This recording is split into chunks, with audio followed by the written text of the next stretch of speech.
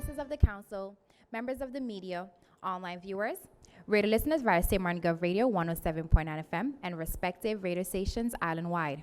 I'm Rolika Roach, and welcome to the Live Council of Ministers press briefing for today, Wednesday, March 11th, 2020. At this time, I invite the Minister of Finance, Education, Culture, Youth and Sport, the Honorable Artwell Edion, to address you.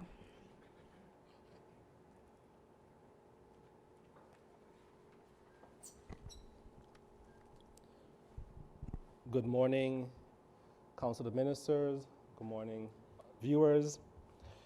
The Ministry of Education, Culture, Youth and Sports had a very, I would say, long and tough few days. On Friday, I received the extremely sad news that one of our students passed away in the Netherlands as a result of an apparent suicide. We are all saddened by her death and wish to express our heartfelt condolences to her parents, family, and friends. The ministry has been supporting the parent via our guidance coordinator in the Netherlands Division, Study Financing and Student Support Services Division. The head of SSSD will take the lead with the overseeing of the support, the care and communication for our ministry. On Sunday evening, we also had a meeting with the parents of students that go to school in the Netherlands to show support, give comfort, and also give updated information to the parents on the current situation.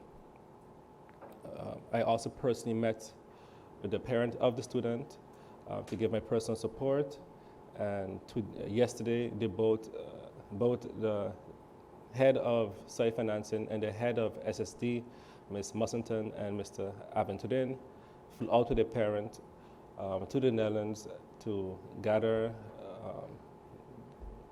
the belongings of the student, get the information, and also meet with the counselors. On Monday evening, a student from the vocational school shot 2 other students in Soccer Garden area. Unfortunately, one of the students succumbed to his wounds and passed away. He was in the last year at the Simata Vocational School and looking forward to graduating. The young lady is in critical condition and was flown out to Colombia for further treatment. I'd also like to send strength to her loved ones during this uncertain time. While we gather more information, the Ministry of Education would like to send their condolences to the family, friends, and loved ones of the young man that lost his life. Losing a young and promising life is never easy to come to terms with, and we mourn as a community. As you can imagine, the students and teachers were also emotionally impacted yesterday by the loss of the student. A collective effort was made on Tuesday morning between the stakeholders such as the police, the counselors from the different public schools, and the Student Support Services Division to counsel the student body and teachers, and to address the frustration and sadness that the students are feeling presently. The counselors will also be provided individual and group therapy sessions for those who need it. This service will be provided for as long as necessary. Working through grief is an extremely individual and unique process, and as a ministry, we are doing all that we can to provide the necessary support. Let us as a community continue to pray for our students and keep the family and friends of deceased students in our thoughts and prayers. I would also like to give my personal condolences to His Excellency, Mr. Eugene Holiday, and the former head of public education, Ms. Gwendolyn Davis, on the passing of their brother, Mr. Derek Holiday, who was also a family friend. And I would like to say much prayers to you, and again, be more with you as a community. That'll be all.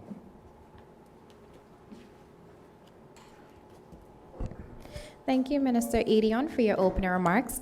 At this time, I invite the Minister of Tourism, Economic Affairs, Transport, and Telecommunication, the Honorable Melissa Arundel-Doncher, to address you.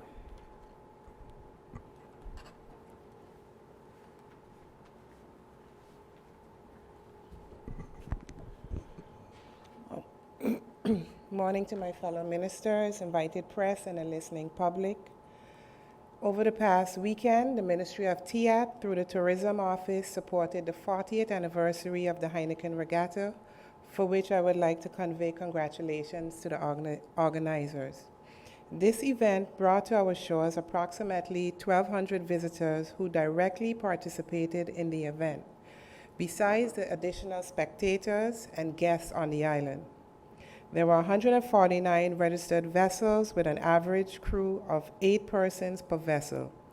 The ministry objective of supporting such an event is included regional, regional and international avid sailors and fans to the destination, to further promote St. Martin as a musical destination, to create awareness to St. Martin and what has to offer in its entirety, and most importantly, the increased visitor arrival, with the results of obtaining an economic spin-off through various sectors, for instance, the hotel sector, restaurant sector, wholesale retailer sector, through provisioning the transport sector through car rentals and otherwise.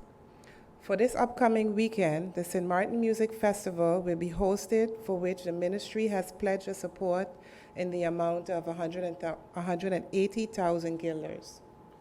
Again, the ministry view these activities as event tourism, which benefits the island's promotion of destination through the reputable media coverage, hotel and restaurant activities, stimulation of the local transport sector, increase arrival and tourism expenditure, and reinforce the destination image as a Caribbean mega musical destination. The ministry has appealed to all organizers of activities, festive or otherwise, to ensure protocol and measures are put in place to practice proper hygiene. Although there are no confirmed cases of the COVID-19 on the island, the ministry also calls on the general public to practice proper and good hygiene. Even though the EOC has been activated, which Prime Minister is responsible for, the Ministry of TIAT continues to have dialogue with its key stakeholders, especially at our ports of entry and business community, for the enactment of all preventative measures and set protocols. The ministry has reached out to the Chamber of Commerce and other entities to collaborate on measures and actions for our business community as it relates to the COVID-19. For the general public, I would like to report that the ministry has taken preventative measures to curb any form of price gouging on commodities that are necessary for the hygiene practices. Within short, the maximum price for these commodities will be published. Apart from the original listing on the maximum price list, the new items include latex and silicone gloves, hand sanitizers, N95 masks, disinfecting wipes, sprays, and rubbing alcohol. As it pertains to the public transportation, buses and taxis, the ministry is also asking the respective operators to take the necessary preventative measures, which would include the disinfecting and spraying of vehicles after every tour or trip. I would like to make mention that it is important to have prevention is better than cure. Be safe. Thank you.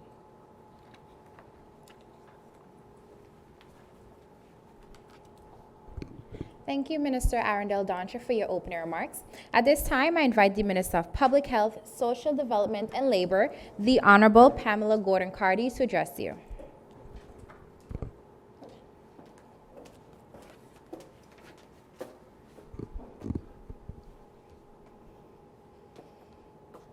Good morning, Prime Minister and colleagues, ministers, and also members in the listening to the different medias. As Ministry of ASR, this week, past week, we have been busy looking into the different social aspects of the country of St. Martin. The social aspect is a very alarming matter that we as Ministry of ASR have to deal with at the moment. Especially after Hurricane Irma, the social aspect on the country of St. Martin has deteriorated. We will be sitting with the Ministry of Justice, which we have already had communications with in the past, in looking into the different policies that we need to establish, reinforce, in order for us to get the desired effect when dealing with the different social aspect within the community. We had different cases that we dealt with during the past week when it comes to social aspect in the country. Sad, but true. It's a reality that we are living in right about now, that there are many homeless people on St. Martin. There are different houses and homes that are missing basically social help in order for them to reestablish themselves within the society. Looking into the different policies, we have noticed that certain legislations and also policies are not in place. And therefore, it ties our hand as Ministry of ESA in order to act the way we would want to. To that aspect, we have the policy department looking into the different policies in order for us to be able to act and get the desired effective results. We will be sitting the coming week with Minister of Justice into looking into the different options. On another note, we want to also inform that Ministry of ESA will continue with the informative sessions to the community and to the public when it comes to the the virus that is basically active.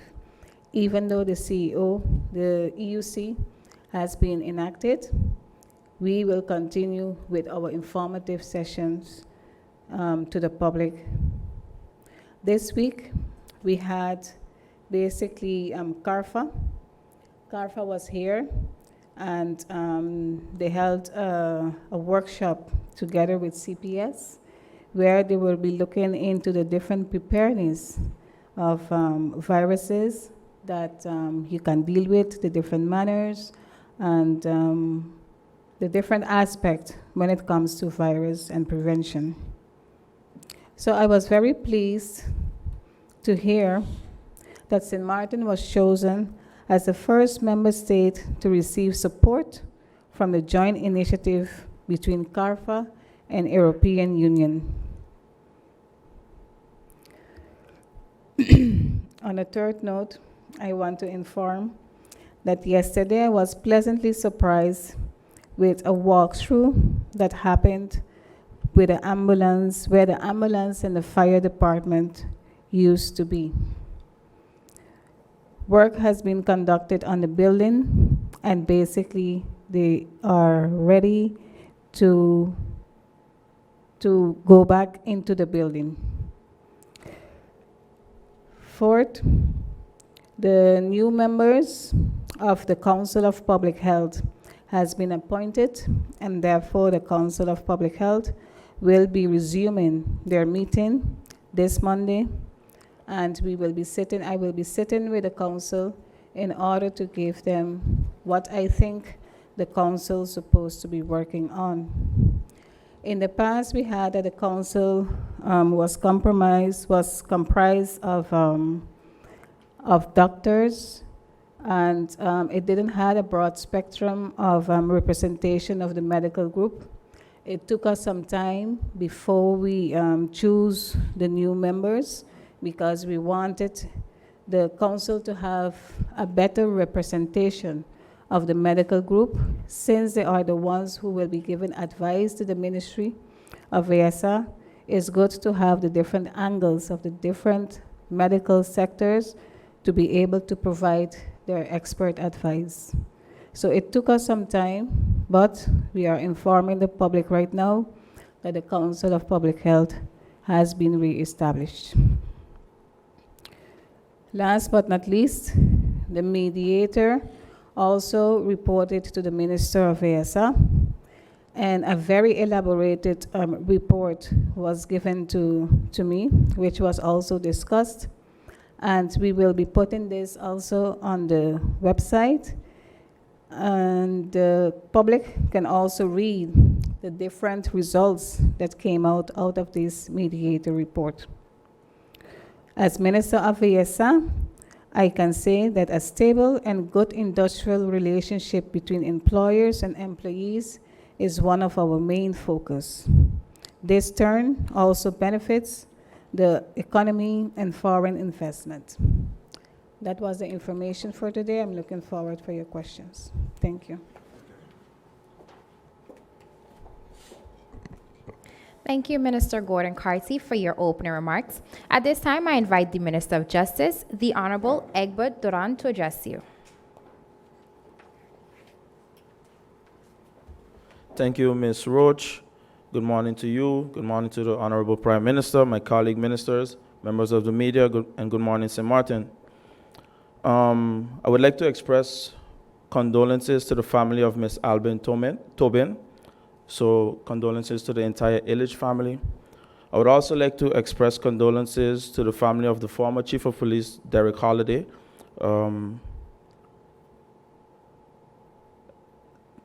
Also, I would like to make mention of the fact that I don't have much good news today to mention, but I still would like to say condolences as well to the young man that lost his life that attended the vocational training school.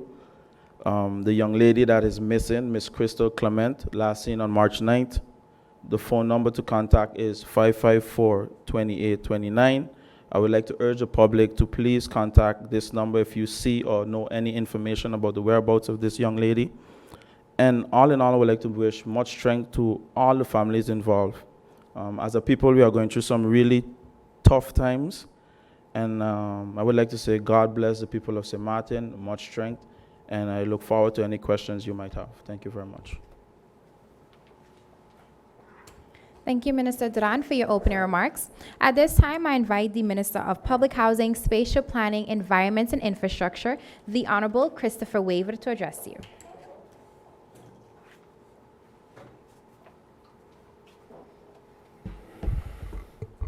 Thank you, Ms. Roach. Good morning to the Honorable Prime Minister, colleague ministers, members of the media, and a special good morning to the people of St. Martin. I would like to announce that the road signs have arrived and the preparations are currently being made to have the signs placed. If you notice alongside some of the roads, you do see the poles that are there already. So right now the ministry is evaluating to make sure everything is at the correct place and then have those signs replaced as soon as possible. Also, last week, Thursday, the Council of Ministers had a presentation from the Ministry of Romy as it pertains to the updating of the boundaries of the various districts using the GIS, which stands for Geographic Information System. This was done also in collaboration with the Stats Department, Department of Statistics. The reason for this presentation is that due to the buildup of certain areas and that the change of the geographic map from the island as well, the current boundaries that we currently see cause some issues pertaining to addressing when it comes to some households. Now, half would be like in CoM Bay and the other half would be seen in Simpson Bay area. So these issues need to be addressed, and therefore update of the boundary system needs to take place. The Council of Ministers also approved the proposed updates with some minor changes from the Council yesterday in the Council of Ministers. So once this is finalized, this will also be shared with the public. Lastly, I am pleased that after many meetings between all parties involved, I would like to announce that the works in Dutch Quarter has started back on Monday, March 9th, and it is estimated to finalize in November 2020 if all goes according to plan. I would like to thank Ilaco from Bucco, the Department of BAC within the Ministry of General Affairs, and the Department of New Works within the Ministry of Romy for all their hard work in making this possible. I would also like to thank all the subcontractors for their patience while all the concerns have been addressed, and we hope that from now on the works can continue until it's finalized in November. This concludes my updates for today, and I await any questions from the press. Thank you. Thank you, Minister Waverd, for your opening remarks. At this time, I invite the Prime Minister and Minister of General Affairs, the Honorable Silveria Jacobs, to address you.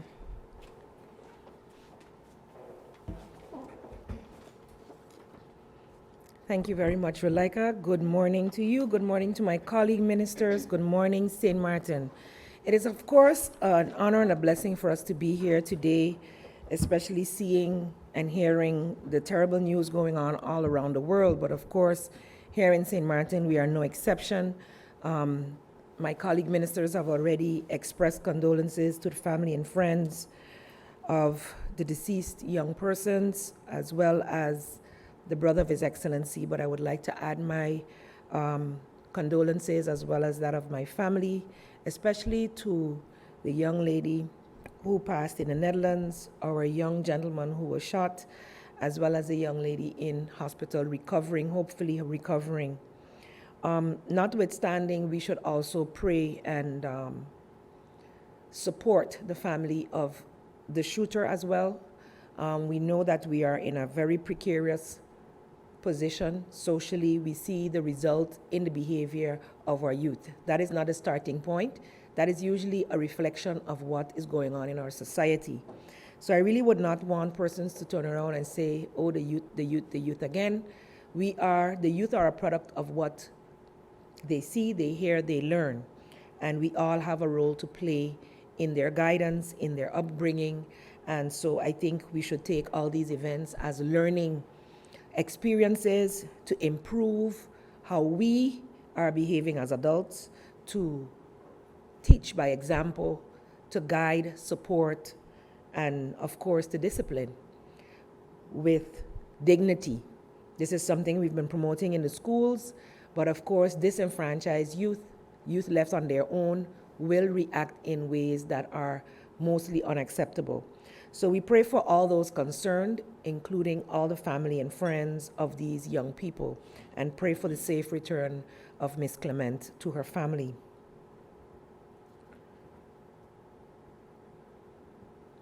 My colleague minister, Mrs. Gordon Carty, already mentioned that the fire and ambulance department building is ready to be utilized once again.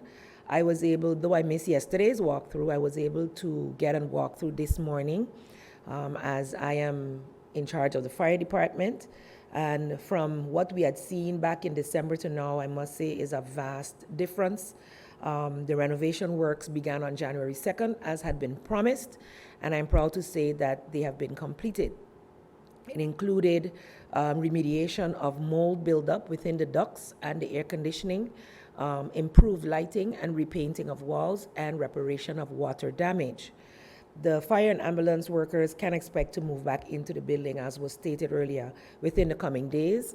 And what I can say is that the experience of the buildup of mold after Hurricane Irma was due to the duct system being connected also to the air conditioning, and that has been now separated.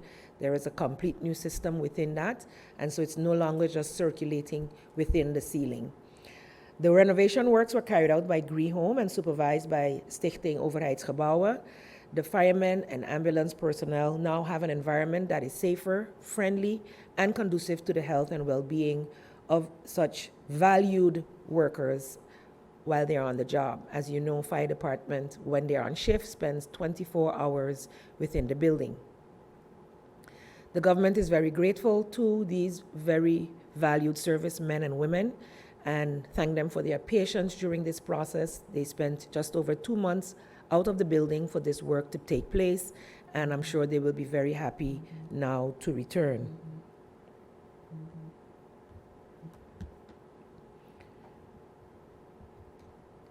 Last Thursday, between two strong ladies, I must say, the first Vice President, Honorable Valerie Damaso, and myself, we hosted 50 strong, influential women of St. Martin, Saint-Martin, in what was termed the first annual Uwalichi International Women's Day Awards ceremony. It was held on the French side for this first annual at the Lottery Farm. Though small and intimate, it included locally elected and appointed officials, Special honorees for this first official award ceremony, hosted by both governments, were the late iconic women, former educator and lawyer Mrs. Mavis Brooks Salmon, and historian Daniela Jeffrey. Also honored at this first annual were the first and former Ombudsman, Mrs. Dr. Nilda Orduin, and Ms. Evelyn Fleming. Though the event was slated to start since 2019, with Ms. Jeffrey playing a key role, both leaders felt it imperative to still show the honor of their contribution to the development of St. Martin and the wider community by hosting their families at this event. Congratulations go out to all honorees. All invited women were honored with a small certificate as well as a lovely dinner. Even though to get to 50 women was quite difficult, the list was quite long, we look forward to, in the coming month, honoring different women in different ways so that we can show St. Martin and the rest of the world how many commendable, strong, and influential women we have in our society. Because if you look around, you might say that there is inequality in the world, and in several parts of the world, women are still seen as second-class citizens, and that is why this day exists. But luckily and thankfully, on St. Martin, as in most of the Caribbean, you can see that women have always played a very strong role within their families and society, and have been moving up the ranks and holding top positions, as well as being influential within their communities. So in this month of March, though we are in a serious period dealing with COVID virus, dealing with, serious issues within social development and our youth, we must still give thanks for what is good, and we give thanks for all the hardworking women that we can celebrate during this entire month. So I'm sure everyone is connected to a woman that they can honor. You still have time. March has 31 days. Also, in positive news, a training in predictive profiling, which includes detecting suspicious behaviors by observers and asking the right questions, was recently given to personnel of Port St. Martin, Princess Juliana International Airport, and the Council of Ministers Security Detail at Dr. A.C. Watty Cruise and Cargo Facility. Security company Checkmate was also part of this training. It enabled the participants to enhance their skills as they served as frontline of security work. All 24 participants went through a 2-day training session, full day, included an exam and certification. I am proud to announce that all participants passed the training successfully and are now certified as threat assessment officers. We now move on to the even more serious news of the day. Yesterday we held what is our third EOC meeting. We held the first on Wednesday, March 4th, the second on Friday, March 6th, and on Tuesday, March 10th, yesterday, the complete EOC met. The main target or the main message we would like to give to the general public of St. Martin is that prevention, preparedness, and more prevention. And that is what we were discussing within the EOC. As my colleague ministers mentioned, the work of government continues, but everything related to the COVID virus, everything related to the prevention and the preparation and the response is the responsibility of the Prime Minister once the EOC has been activated. And as such, I want to thank each and every one of them for their cooperation thus far, because I must say the EOC has been functioning very, very well, and continued collaboration and cooperation with my colleague ministers is very, very important for the success of the EOC.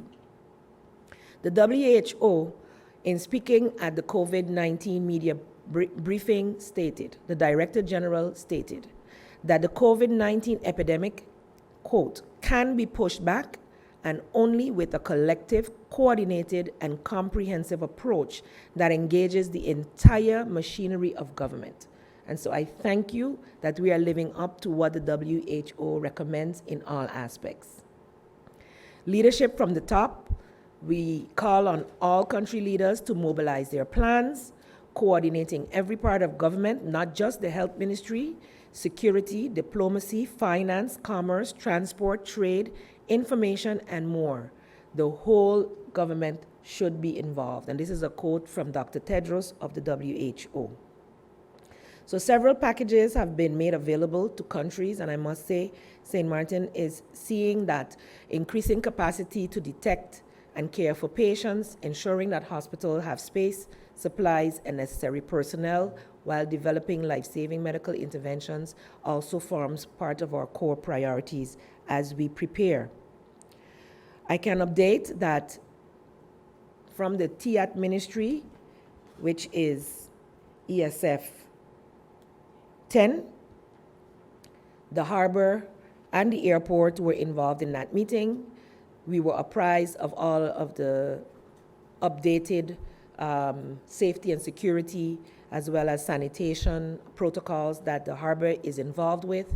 And as you know, on a daily basis, the harbor deals with CPS, which falls under the Ministry of VSA, informing, giving the national health, the medical health declarations, 48 hours, 24 hours, and as far as up to 12 hours in advance before they are granted permission to birth. And despite the situation that we had on Monday, it is quite clear now to all concerned that the proper procedures and protocols will be followed at all times. And once information is not in on a timely basis, that the ships will not be allowed to come in. This morning, we were also involved in a request that came in from the Braemar, which was confirmed that there are COVID-19 passengers on board. They were requesting to be able to disembark the other passengers to be able to fly them out, and that request was denied. I continue to collaborate with CPS, with the Ministry of TIAT, Harbor, and the airport to ensure that visitors coming to our island are properly screened and that the airlines and cruise lines, as well as the airport and the harbor, do their due diligence in ensuring that.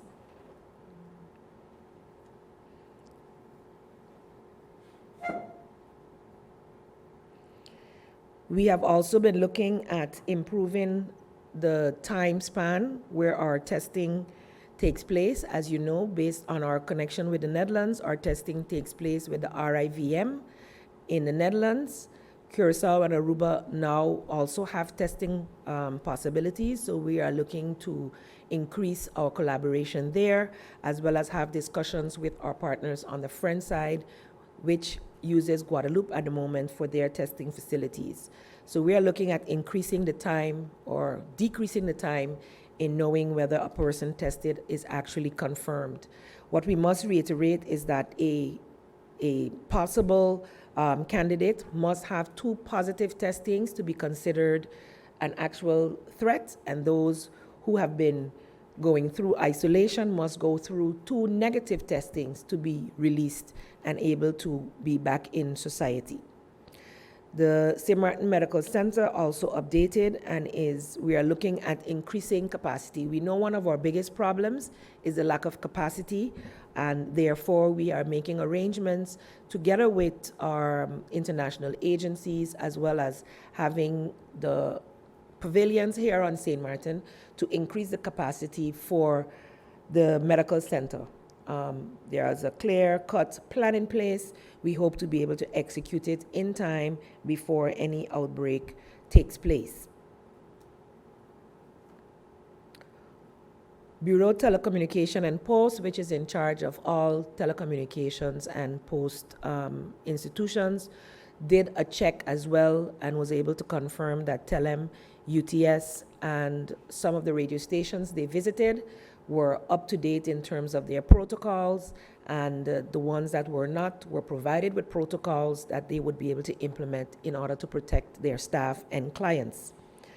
Daily protocols also have been stepped up in terms of sanitation at GEBE, and a contingency plan is in place as well to ensure that water and electricity will continue to be provided to our community.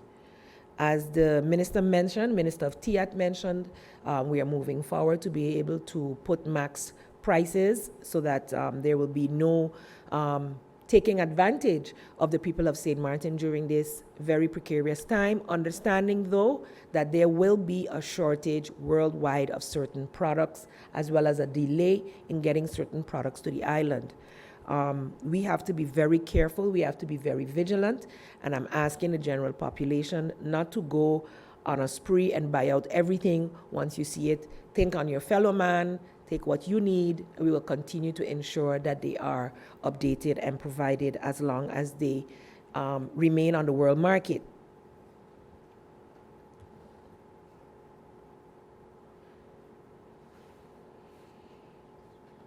This falls under the Ministry of TIAT, and they continue to monitor.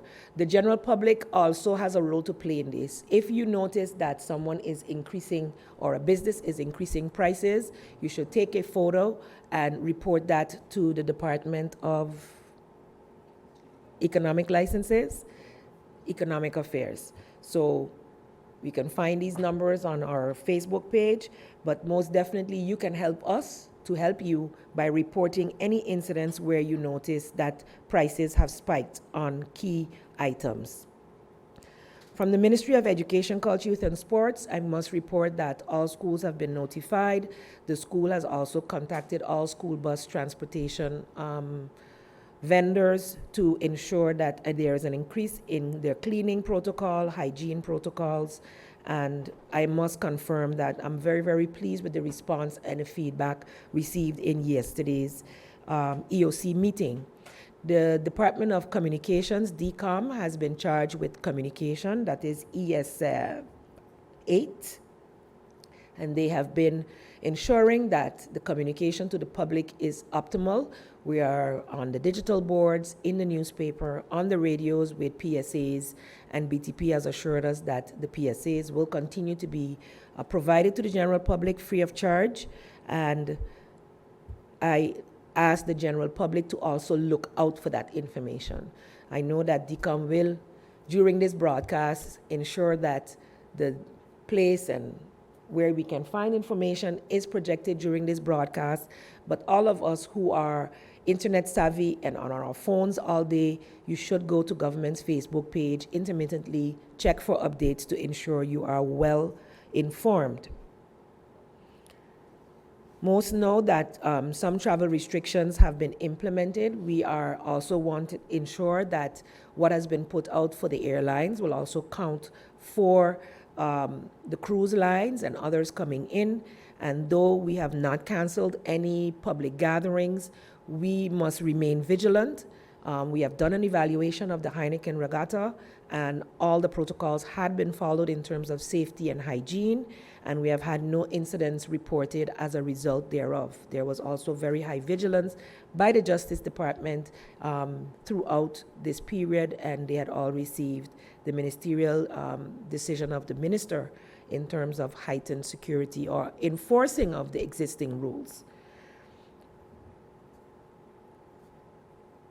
We will continue to meet weekly on Tuesdays and Fridays to update, implement, and further inform the general public as to St. Martin's preparedness, working on prevention. And I must say, CPS continues to play a great role in informing. CPS has heeded the call of many organizations to present, and the health department to present workshops to the general public. Today, the government workers of St. Martin of this building will receive an information session as well. It is very, very important to know the do's, don'ts in order to prevent. Something that sticks in my mind was brought forward by the airport yesterday. They have implemented wash stands, mobile wash stands to further, because hand sanitizers will eventually run out as well, to actually provide soap and water at specific locations, especially to protect their workers who are handling passports on a constant basis, etc., and that the bathrooms are far away from them. So this is an idea that many of us can look into within our various organizations where there's heavy through traffic, ensuring that signs are posted, informing the general public. We see that we have increased Also here at the government administration building, the cleaning protocols, and everywhere where the public is being cleaned on the hour, every hour on the hour, to ensure all public traverse places, to ensure that it remains clean. But our individual behavior also plays a role in that. So I hereby encourage you to wash hands and don't touch. Yes, that's the best way for us to prevent the spread of this disease. We are making the necessary preparations as a government. Each individual person and family should make preparations for themselves and their family as well. So I will repeat, ensure that you have a disaster management kit, just like we prepare for hurricanes, and ensure that you have at least food and water and medication for the 14 days. If at any time we call on you to isolate yourself at home, we now have internet. We have to ensure, of course, that the internet is up and running, but many who are forced then to isolate can work from home. Students can also learn from home. So we're asking you to make the necessary preparations in case that is called for. St. Martin is an island that is very, very small, but we are seeing around the world, if we pay attention, that the virus has spread everywhere. So while we might have restrictions, there is still a chance that it can come to St. Martin. So being prepared, planning, and ensuring that you are keeping up personal hygiene on a very high level will ensure that we remain as healthy as possible. So with this, I come to the end of my announcements for today's briefing, and I look forward to any questions. Thank you.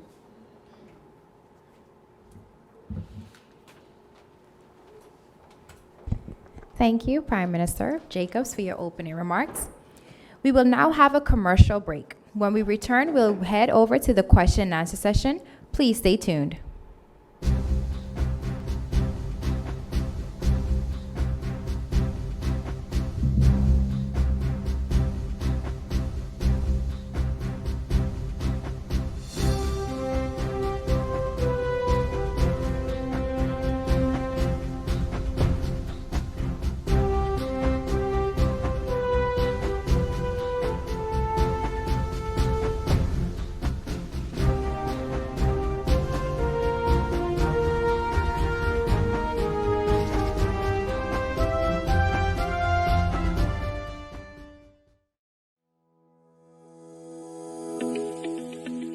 Process for collecting receipts by online payers. Taxpayers who pay the motor vehicle tax online or at the bank collect the receipts as follows. 3 to 5 working days after the payment, taxpayers collect the receipt at the receivers. Go to the information desk in the government building indicating payment was made online or at the bank and a ticket will be issued. Or go to the kiosk and select online payment, then select receiver. The kiosk will issue a ticket. Assistance will be given at window A based on the ticket which is issued. Check the TV screens for your ticket number. With proof of payment, original valid inspection card, vehicle insurance, and 2019 motor vehicle tax receipt, the 2020 receipt will be issued to the taxpayer at window A. The process at the help desk in Simpson Bay will be the same except for the kiosk. You ever hear Earthquake call and say, "Hello, Mr. Mara, it's me, Earthquake, coming in Tuesday around 10. No, sir. Earthquake does arrive unannounced, and when it comes, it'll shake all the sense and the sensibility out of we. Remain calm, stay inside, and do the DCH. Drop, cover, hold on. Once the shaking start and you know it's an earthquake, make a quick move to a safe place. Don't run to the doorway or any exit, and the stairs that may be broke up or even full of people. Elevator, avoid that because you might get in and then poof, power gone, and you're stuck in a box without air. Take cover under a strong table or a bed, or crouch against an inside wall or in a corner and cover your face and your head with your arms. Remember, DCH. Drop, cover, hold on. Glass windows and doors, outside walls in an earthquake, that is bad news. Take care of yourself. Most injuries during earthquakes happen when something drops and hit people entering or exiting a building. Last thing, don't bother run outside and ask, "You feel it? You feel it?" Remain calm, stay indoors until all the shaking stop and do the DCH. Drop, cover, hold on. This public service announcement was brought to you by Sedima and the government of St. Martin. Hi, my name is Ayana Duran and I attend the St. Martin Academy High School. This month, we learn about single-use plastic and how it negatively affects the environment. Did you know that human beings consume about 250 grams of plastic per year? To learn more about single-use plastic and how you can do your part, let's all help reduce, reuse, and recycle so St. Martin can be plastic-free by 2023.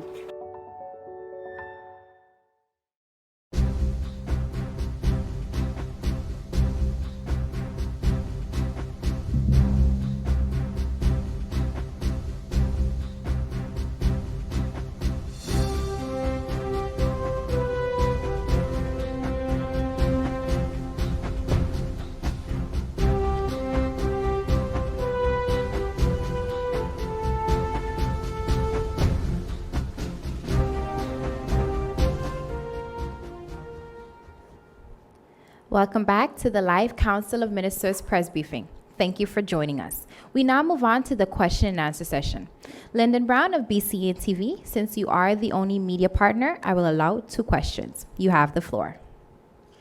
Good morning to the people of St. Martin and to the ministers that are present today. The people of St. Martin are very saddened. And with this note, I want to recognize the women. Women's celebration should be every day. Every day. I should mention again, every day. Women have a hard task. And regardless to my question will be to the Minister, Gordon Carty. But before, let me mention children are being hurt in St. Martin very much. I hope the Prime Minister will prepare a platform. When you see any indication of strange behavior of children, there will be some special person that can speak to them. They want to say something. With that note, let me go to the question to Minister Gordon Carty. Minister, you are familiar with the Treaty of Concordia. What are the policy for a French national to engage in employment on the Dutch side?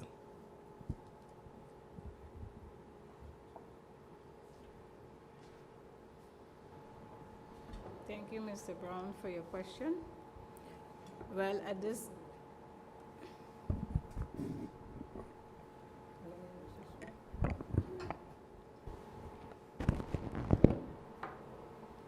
Thank you for your question, Mr. Brown. At this moment, there are different policies that we can take into account, and you know in what direction you want to take it. But when we look at the different rules and regulations that there are existing and that we need to upgrade when it comes to that particular section that you're asking about, and that I don't really understand the question, but I think I more or less know what direction you want to go with it. There are certain policies that we still need to upgrade when it comes to French nationals coming to work on that side. So we are looking into the different rules and regulations because it goes way back. Certain things has been taken out, other things has been upgraded. So looking into that aspect, we still have to change certain things within the policy in order for us to have it going in the direction that we want. It works both ways. You have those that is on the Dutch side, that does work also on the French side, so we have to check both ends, not only one side of it.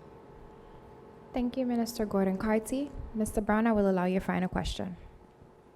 Final question to the Minister of Justice. Minister of Justice, regarding to the shooting, a 16-year-old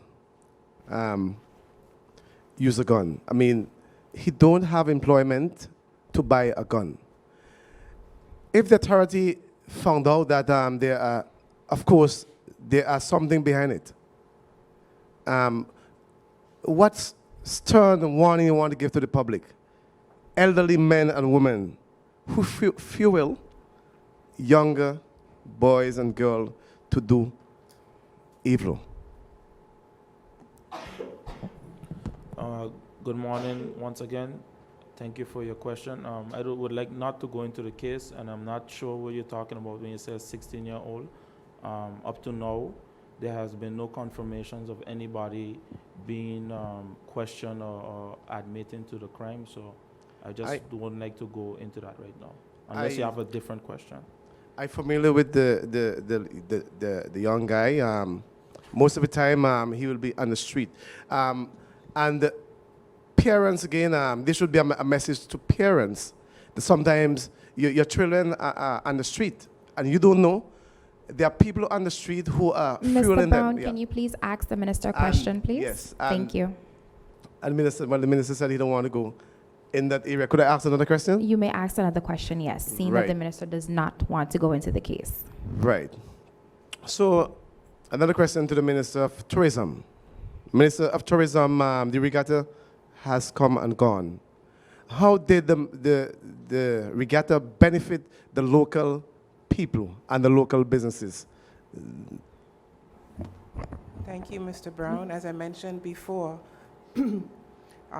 locally it has benefited a lot of people, and it's still benefiting us in the sense that we have the Sematin Festival that's starting today, where you have the transportation sector, the hotels, you have the influx of tourists coming into the island, the stay-over visitors as well. So all of this is transferring to the island as well. Thank you. Thank you, Minister Arundel Doncher, for your response. Honorable Ministers of the Council, members of the media, radio listeners, and online viewers, this brings us to the end of the live Council of Ministers press briefing for today, March 11th, 2020. For rebroadcast, tune in at 7 p.m. on St. Martin Cable TV and via St. Martin Gov Radio 107.9 FM. For video on demand, log on to the official government's website at stmartingov.org. On behalf of the Department of Communication and the Government of St. Martin, I'm Rolika Roach, and bidding you a pleasant day further.